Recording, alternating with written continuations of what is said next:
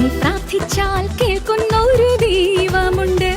നീ യാചിച്ചാൽ അവൻ ഇന്നും ഉത്തരം നൽകും. നീ കര